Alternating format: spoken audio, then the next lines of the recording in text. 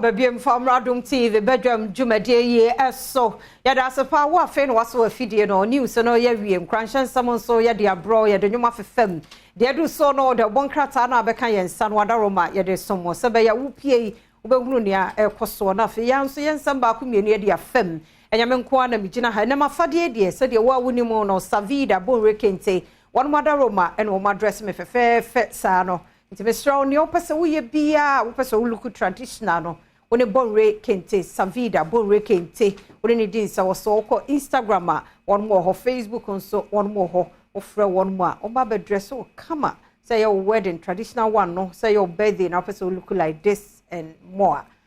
bonre kente and savida obey e dia maw and I no pay me name Mr. Benjamin Asante Dakon aka Asante Krobia aka Omanhene aka Kwabna Asante aka say Ben aka ba ko ne say DJ Hitsman and a jinaha near me man samrane sa dia no ay mo dwe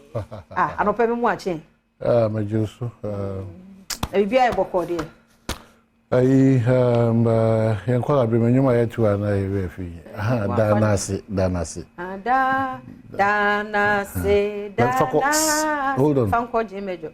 F minor play ko minor danase very good danase very good da onyame nase oh every say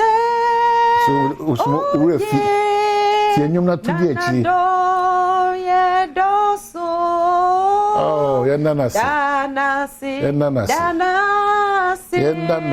da onyame nase amen first ke bia ma so for no keke fada nase anu so problem wo danase no enti eno na so no bi na koda eno awanso na wo ka so ye super danase sane mrane onsa wo krampo ye bom mrane ana atirimu ye na ono kokroko no de danase ka se rade me dase aye bua fo nyame me dase mi yiwa ye me kanfo me tonto me yo kese wo ye nyame preko pe nyame awanim no wachi obi ani ho eguna bobrim nyame a nipa mu ni mu ni na fam na nka mi se nko yi man firim dadada sanko ye nipa ka wayi ye mu dadada nyame a ne samra ne ye too much to nyame ye da wase mrane safo no ma be se nyame mrane so ate ase nyame ye da wase oni obotantim oni ade ye ho twere wa ye ni mu wase da tu na oni echina ene oni mechina nti onyame ye sonko anope kwa from wanyanko ye da wase wote seni a wotie enra ne da pem utim hoda won sesa amen wahini etim hoda yentu enye politics obi ntu wote wahinwe mu sa de wotie na won sesa de o de tosu biem osmosis pa chomuntie ye se boafo ho na ba men kai da obo mpai ma wa boafo ma fa no for granted normal because assume see the obebo me obenti the obebo me sofo the obebo mpai ma me omo so hia mpai bo enti bo mpai ma o destiny helpers very important obi okwa na ese oboa you know mpai kitwa no be push no fast amana ba enti boafo ho na ampa na emum o ma mpai mo ye din a waboafo no ho nya onada to de oda na oda dia ene boafo ho be koso ye na ma wampa ba o de mpai pia ne dia sa boafo no ho na no you will never lack timisro sa self-centered prayer na de bia ya ba no ye sha se entreshim yire ne memma de bia ye de moja no cover yire ne yemba ampa a very key a foundation Baba Katro, Udimampa is extremely powerful. Just most is soft chief. Now, Upom Pai Mano. Yes, the Bia, the only problem of 02443333. So, for Patron, see me yao. Was Umbom Pai Mouse of that. Papa no Tipotemo de Bia, thou calling him or so as no. I know to be surprised on. Umboni did grow or Priata at least with that. What was a mammy beyond in the church? Uti say mami oboa pa se obompa ya beka say eno sewa erade nkoso ntre o shim na ma onkai me ne me yere ne me ma na me ku ne me ma never onye bi da timisro obi e hiampa because man pay hiampa dia ene wo hiampa so before hiampa dia ene wo hiampa se gojo opon kuma ko gina NSP ki di e bo hirigaga erade kumbo na se wo no de uhiampa more mpae de they tell me yes and nipa binim feel say they have arrived ebinim dada omo jiri say omo do because ene wakoto Benz E class and we see 2 rooms e wo chantan ebi say no ano no we Israel biribia da uhiampa ebo biribia entwen ema ewiem nye kusu ana kesiansa na odi mirika akonya mfe debi even though your batampa biribia da obejo de ba mesra entwen ansa na afi de twa to ene no ehu bia ifiri mu enya de papa ehu fear ifiri mu because sem bi wa otia one who abe butu one who abe bia kokora untimi mpi ifiri ompa na oda so kwa no obo monitor mpa na we say bibi to so ana na dan ko a ehu nya de papa confront your fears obo na hwe ni confront it ehu udi agora ehu kasa crowd mi ka anamon crowd mi bibia and wa can summon up ehu confront it. Yes, you feel obi antimi ko university there me de meko because I kunu so to so a ehun na bre wase de on da kora nkokora sa tie na ko adwade match de to so do nwotwe. This is the finest and biggest TV breakfast show Badwam on Adom TV multi TV so free sabri akopem say no nkono ba pa minute adwonunum ya Ghana month hu ya koso kai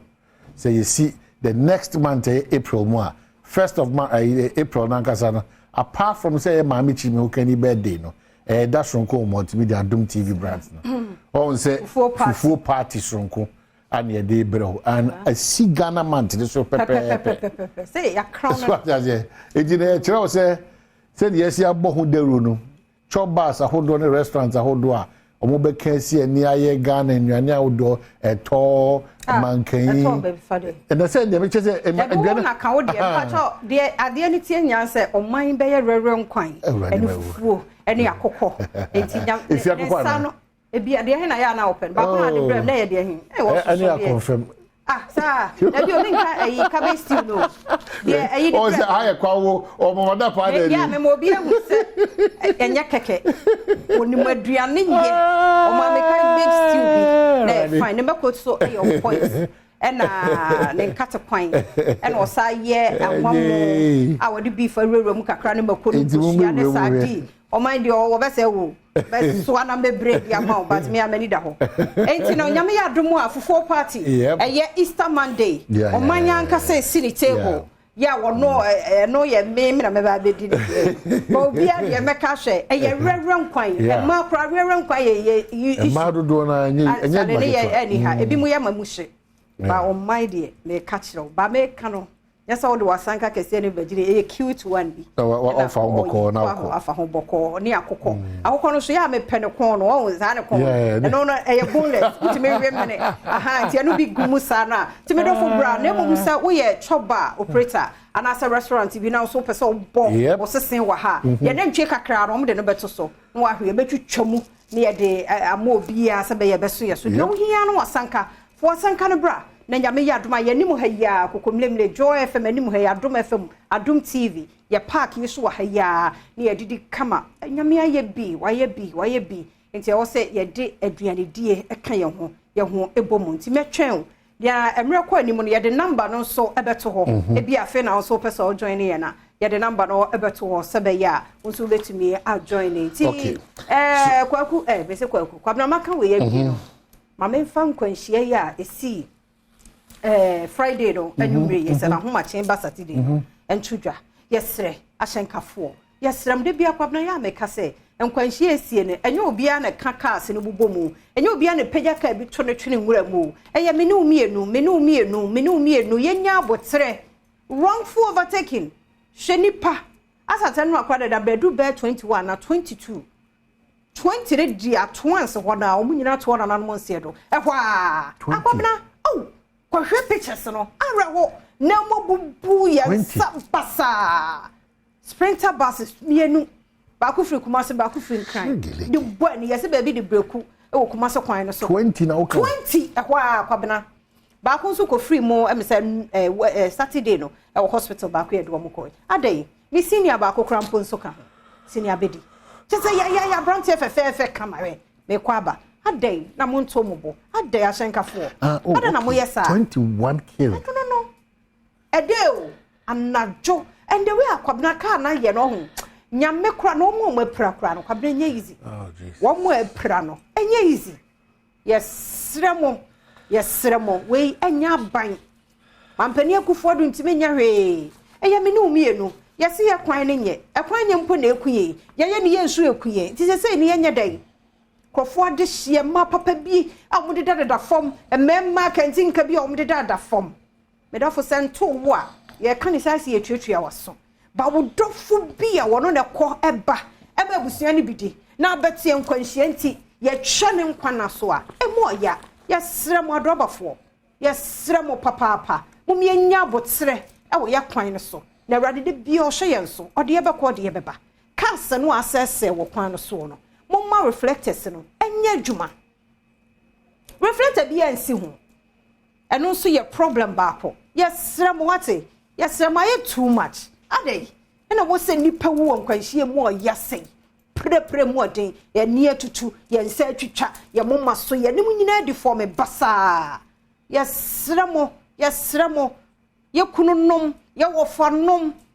ayire no mukunu no mo kwa kwatena hyen nanimu a mommo mpa ye ma won mo no wo nkasa so mo te hyen nanimu a ommu wo mani wo machi nkwa de aka nzai ommu wo ma nkwa achiro zai like ommu wo machi dwene wo yire no wo ma ho manketwa no dwene wo mo ho na dwene passengers 24 na 22 no a ehu hyen mu no enipa duonu amienu life ekurawo mesro somu ye na fo omokọ fo omo brasum diem yesramo ate ye de bia ye mpanimfo ti mum ye hwe ye na awrade ode yekoba de bia mum ye hwe hu ye na nkwanhia no afia sase kakra de eba no anode well very important Brenda so na the maker and say esia ebuto so ade no no ka no you say far away from you should be concerned.